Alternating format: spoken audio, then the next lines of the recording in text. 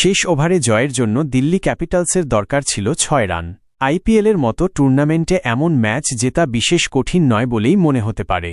তবে সোমবার লখনউয়ের বিরুদ্ধে এমন ম্যাচ জেতা যে কতটা কঠিন ছিল সেটা বোঝা যায় পরিস্থিতির কথা বিবেচনা করলেই।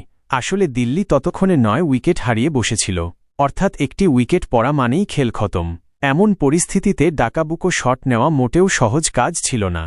তার উপর শেষ ওভারের শুরুতেই শাহবাজ আহমেদের মোকাবিলা করতে হয় ১১ নম্বর ব্যাটার মোহিত শর্মাকে, যিনি তখনও পর্যন্ত একটিও বল খেলেননি। শেষ ওভারে শাহবাজের প্রথম বলেই মোহিত শর্মাকে স্টাম্প আউট করার সুযোগ হাতছাড়া করেন লখনউ দলনায়ক ঋষভ পন্ত। ফলে দিল্লি সমর্থকদের হৃদস্পন্দন আরও বেড়ে যায়। দ্বিতীয় বলে ১ রান নিয়ে প্রান্ত বদল করেন মোহিত শর্মা এবং প্রাথমিকভাবে স্বস্তির নিঃশ্বাস ফেলে দিল্লি শিবির। জিততে শেষ ৪ বলে ৫ রান দরকার ছিল ক্যাপিটালসের। তবে এরপরে আর সময় নষ্ট করতে রাজি ছিলেন না আশুতোষ। ব্যাট চালাতে গিয়ে তিনি আউট হলে দলের হার নিশ্চিত জেনেও ঝুঁকি নেওয়ার সিদ্ধান্ত নেন শর্মা।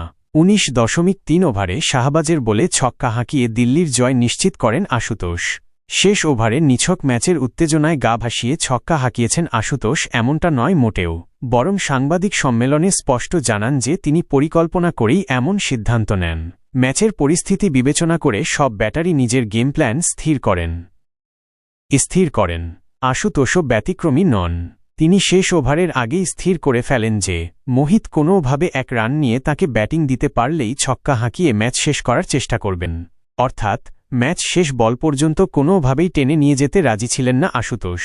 ব্যাটিং পেলেই ১ বলে ম্যাচে জবনিকা টেনে দেবেন, এটাই ছিল তার পরিকল্পনা। আশুতোষ বলেন, সেই সময় বিষয়টা খুব সহজ ছিল। আমি নিজেকে বলি যে যদি ও সিঙ্গল নিতে পারে তাহলে আমি ছক্কা হাঁকিয়ে ম্যাচ ফিনিশ করে দেব। নিজের ক্ষমতার উপর আমার পূর্ণ বিশ্বাস ছিল। এমন মুহূর্তে ক্রিজে উপস্থিত থাকাটা সত্যিই উপভোগ করেছি। আমার কঠোর পরিশ্রম অবশেষে কাজে লেগেছে।